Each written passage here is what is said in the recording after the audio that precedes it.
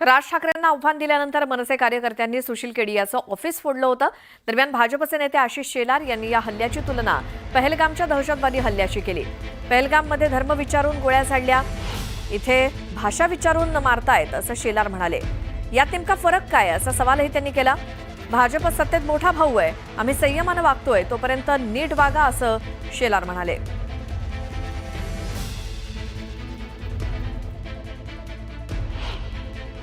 पहलगाममध्ये हिंदू धर्म विचारून गोळ्या मारल्या आणि इथे ही सगळी मंडळी निष्पाप हिंदूंना भाषा विचारून चोपतायत।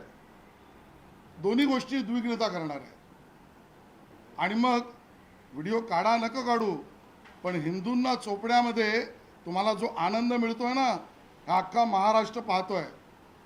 सरकारने तर कडक पावलं उचलावीच। आम्ही सत्ताधारी पक्ष आहोत, मोठा पक्ष आहोत, मोठा भाऊ आहोत, मोठी जबाबदारी आहे, म्हणून मर्यादा सांभाळून आम्ही त्या ठिकाणी भूमिका मांडतो। पण हे प्रकार वाढता कामा नयेत। या संदर्भात आपण बोलूयात। आमचे प्रतिनिधी राहुल झोरी आपल्या सोबत आहेत। राहुल, कालच्या मेळाव्यानंतर आता भाजपकडून सुद्धा प्रतिक्रिया येऊ लागलेल्या आहेत। आशिष शेलार जे म्हणाले त्याबद्दल काय माहिती? श्वेता, एकंदरीत जर बघितलं तर राज ठाकरे आणि उद्धव ठाकरे यांच्या मनोमिलनामध्ये आम्हाला आनंदच आहे, पण ज्या पद्धतीनं मराठी भाषा येत नसणाऱ्यांवर मारहाणीचे प्रकार घडत आहेत, याला मात्र आम्ही सफादून घेतलं जाणार नाही।